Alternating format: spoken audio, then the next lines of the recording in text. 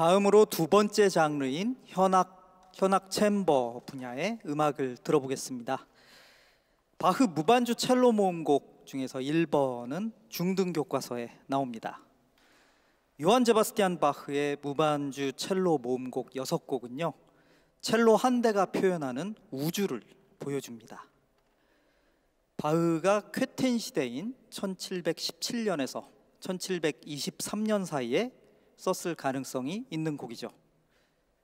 13살 파블로 카잘스가 우연히 바르셀로나의 이 상점에서 이 곡의 악보를 발견했습니다. 카잘스는 35년 뒤 48살이 되어서야 비로소 공개적으로 연주하기 시작했죠. 1번부터 6번까지에 달하는 총 6곡의 모음곡은 각기 6개의 춤곡으로 이루어져 있는데요. 1곡 프렐류드, 2곡 알르망드, 3곡 쿠랑트, 4곡 사라방드까지는 똑같고요. 5곡이 좀 다릅니다. 1, 2번은 미뉴에트, 3, 4번은 부레, 5, 6번은 가보트로 되어 있고요. 6곡 지그도 동일하죠. 프렐류드는 바흐 첼로 모음곡 전 6곡을 대표하는 멜로디로 우리에게 익숙합니다. 도입적인 성격을 띠면서 16분 음표의 분산호음으로 이루어진 프렐류드는 자유롭고 즉흥적입니다. 2곡 알르망드는 독일 춤곡입니다. 힘차고도 선율적이죠. 3곡 쿠랑트는 프랑스의 달리다, 꾸리르에서 유래한 춤곡으로 빠르고 경쾌하게 연주됩니다. 4곡 사라방드는 16세기 스페인 춤곡이죠. 장중하고 느린 템포입니다. 5곡 미뉴에트는 장조인 제1 미뉴에트와 단조인 제2 미뉴에트로 분리되어 있죠. 마지막 6곡 지그는 16세기 영국 춤곡에서 발전해 프랑스와 이탈리아에서 펼쳐진 3박자의 빠른 춤곡입니다. 상큼한 느낌으로 곡 전체를 결론짓죠. 자, 그러면 바흐의 무반주 첼로 모음곡 1번 전곡을 감상하시겠습니다.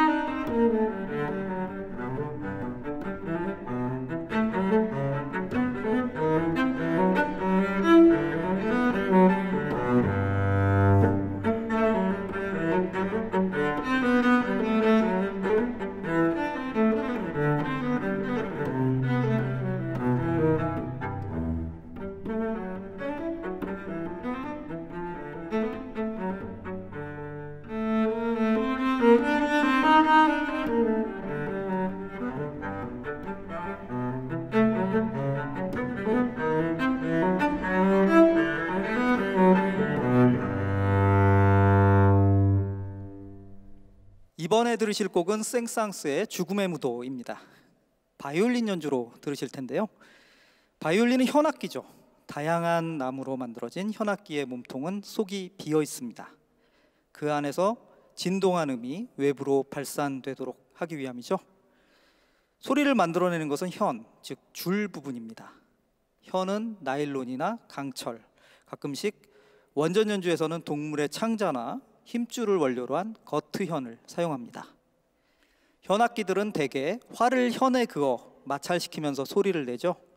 그래서 찰현악기라고 합니다. 활 손잡이는 나무로 돼 있고 활의 현은 말털이나 말꼬리로 만들죠. 현악주자들이 손가락으로 현을 퉁길 때도 있습니다. 피치카토 주법이라고 하는데요. 또 활을 나무 손잡이 부분으로 두드리는 꼴레뇨 주법도 있습니다. 김연아 선수의 스케이팅에 쓰인 음악 가운데 가장 인상적인 작품으로 저는 이 생상스의 죽음의 무도를 꼽고 싶은데요. 까미유 생상스가 1874년 프랑스 시인 앙리 카잘리스의 시를 인용해서 작곡한 곡입니다. 할로윈 전날에 해골들이 몰려와서 춤을 추다가 오보에가 연주하는 달기우는 소리가 들리고 나서 해골들이 무덤 속으로 돌아가는 그런 내용인데요. 강렬한 바이올린 독주와 음울하면서도 극적인 반주 선율이 인상적입니다. 2008년, 2009년 시즌 김연아 선수의 국제대회에서 배경음악으로 선보였는데요. 검은색 빛나는 의상을 입고 시작 전 두 팔을 벌리고 비스듬히 하늘을 보던 김연아 선수의 모습이 참 멋졌습니다. 자, 그러면 생상스의 죽음의 무도 들어보시죠.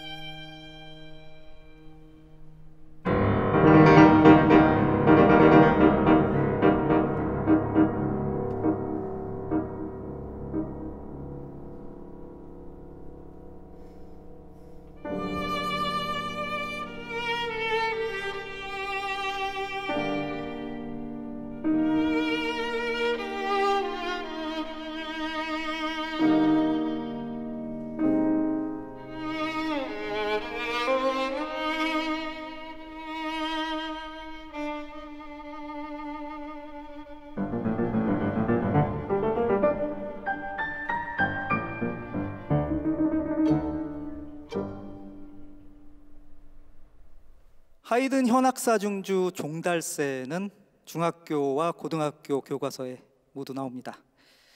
현악사중주는 바이올린 2대와 비올라, 첼로 이렇게 4명이 연주하는 악곡의 형식이죠.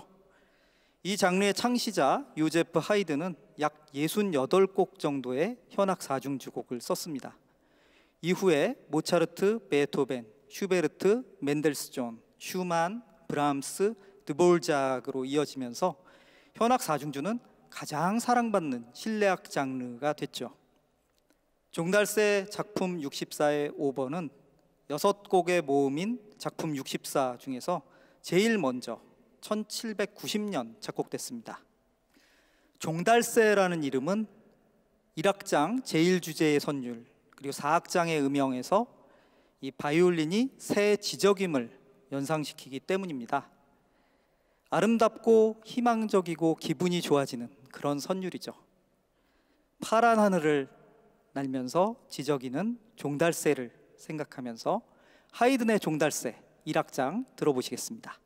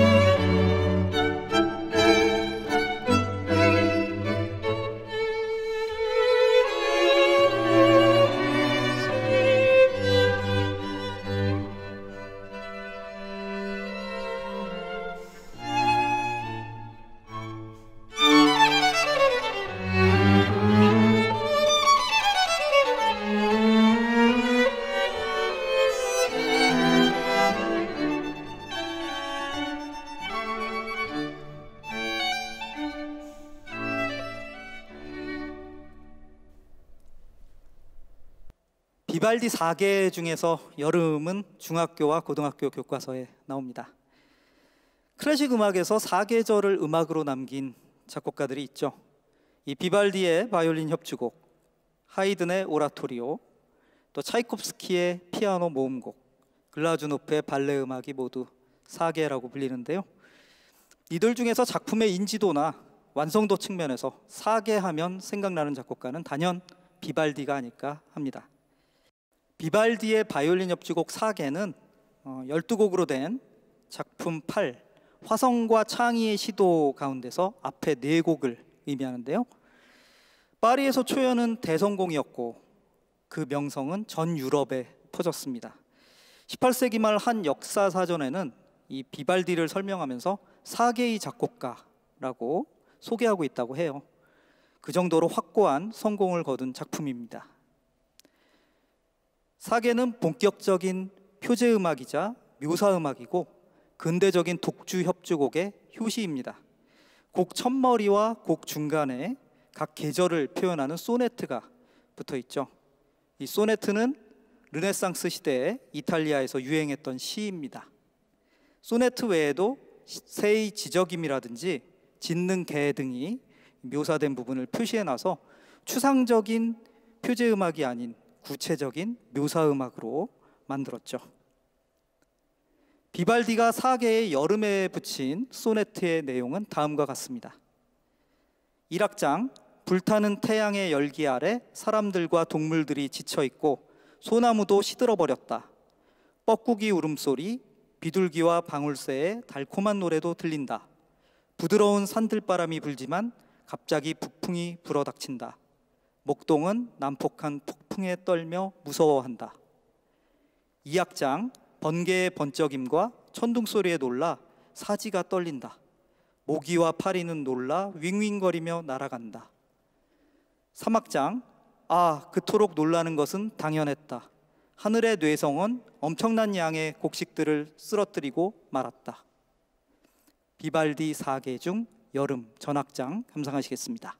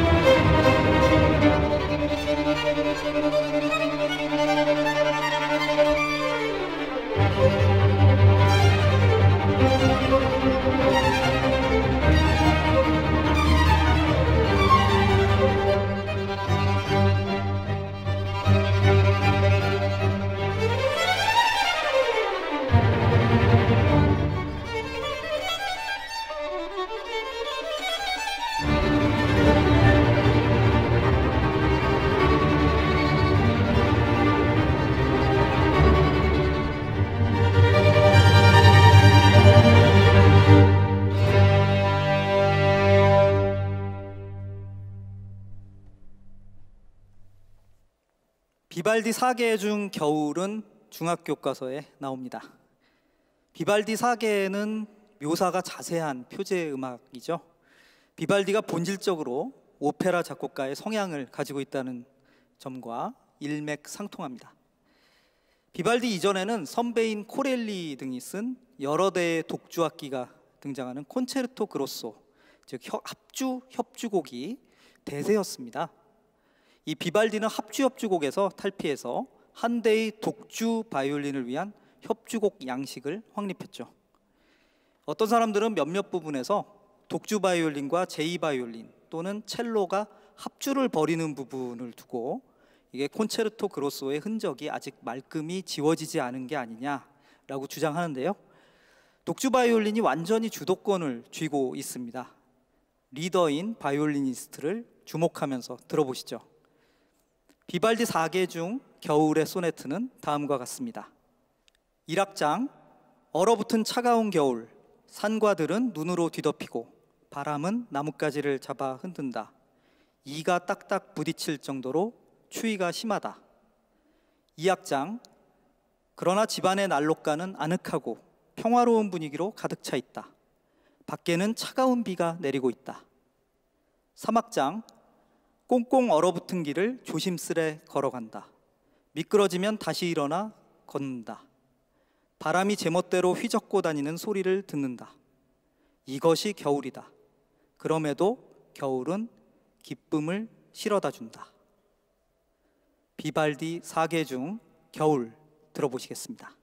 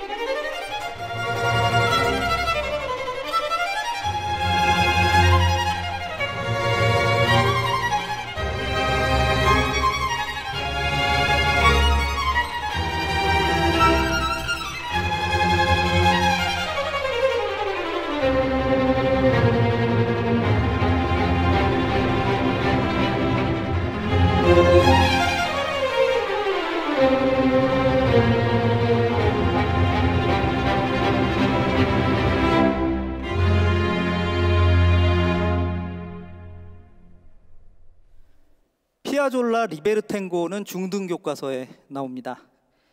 탱고는 아르헨티나의 음악이죠. 리베르탱고는 탱고 전체를 대표하는 명곡 중의 명곡인데요. 아르헨티나 작곡가 아스토르 피아졸라는 누에보 탱고의 창시자이자 반도네온 명연주자입니다. 누에보 탱고는 제2차 세계대전 이후 강렬한 우수와 리듬, 파격적인 화성 진행의 방법을 써서 창조해낸 독창적인 탱고입니다. 클래식 음악의 영향을 많이 받았죠. 자유를 뜻하는 스페인어 리베르와 탱고가 결합한 명칭은 기존의 컨티넨탈 탱고에서 누에보 탱고로 건너가는 피아졸라를 상징합니다.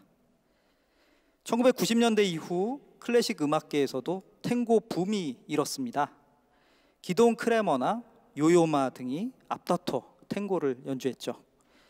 탱고는 월드뮤직을 넘어서 클래식 음악의 반열에 올랐다는 평가를 받았는데요. 리베르탱고는 몸은 흥겨운 리듬을 타지만은 이 마음은 우수에 젖는 그런 곡입니다. 피아졸라의 리베르탱고 감상하시겠습니다.